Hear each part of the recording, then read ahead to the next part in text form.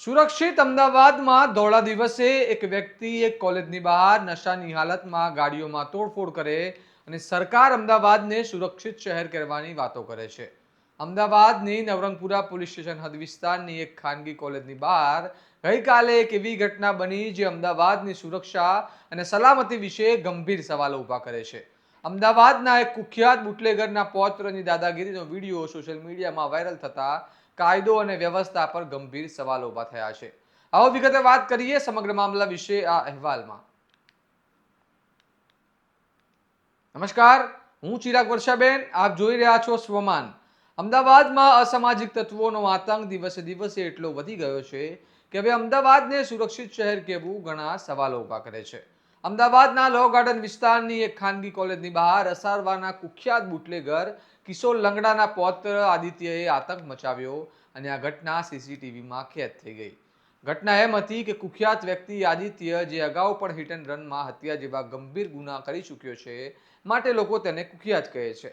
તે પોતાની મોંઘીદાટ ગાડી લઈને કોલેજની સાંકડી ગલીમાંથી પસાર થઈ રહ્યો હતો ત્યારે કોલેજની બહાર ઊભી રહેલી એક ગાડીમાં બેઠેલા વિદ્યાર્થીએ તેની સામે જોતા આ અસામાજિક તત્વ ગુસ્સે ભરાયો અને તેની ગાડીમાંથી તીક્ષ્ણ હથિયાર કાઢી તેના પર હુમલો કરી દીધો અને ગાડીમાં તોડફોડ પણ કરી.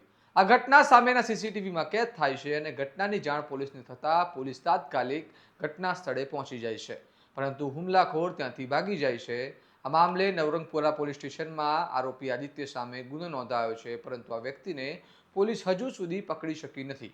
ઉલ્લેખનીય છે કે આ વ્યક્તિ થોડા સમય પહેલા જ પોતાની ગાડી પૂરપાટ ઝડપે હંકારીને એક વ્યક્તિને મોતને ઘાટ ઉતારી ચૂક્યો છે.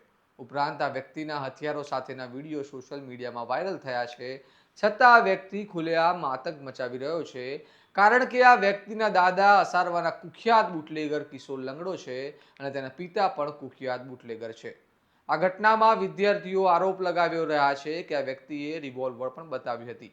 નવરંગપુરા પોલીસ સ્ટેશનમાં તેની સામે હત્યાના પ્રયાસ કરવાનો પણ ગુનો નોંધાયો છે.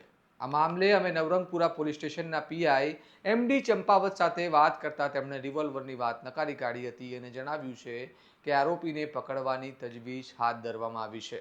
હવે જોવાનું રહ્યું કે આ કુખ્યાત આરોપી આદિત્ય ક્યારે પોલીસના સકંજામાં આવે છે અને ક્યારે તેની પર કડક કાર્યવાહી થાય છે, જેથી અમદાવાદના નાગરિકો અમદાવાદમાં સુરક્ષાનો અહેસાસ કરી શકે. આ મામલે તમારું શું મંતવ્ય છે અમને કમેન્ટ બોક્સમાં જણાવો અને આ પ્રકારના વિશ્લેષણવાળા સમાચાર માટે આ વિડીયોને લાઇક, કોમેન્ટ, શેર અવશ્ય કરો અને સ્વમાનની ચેનલને સબસ્ક્રાઇબ કરવાનું ભૂલતા નહીં. નમસ્કાર.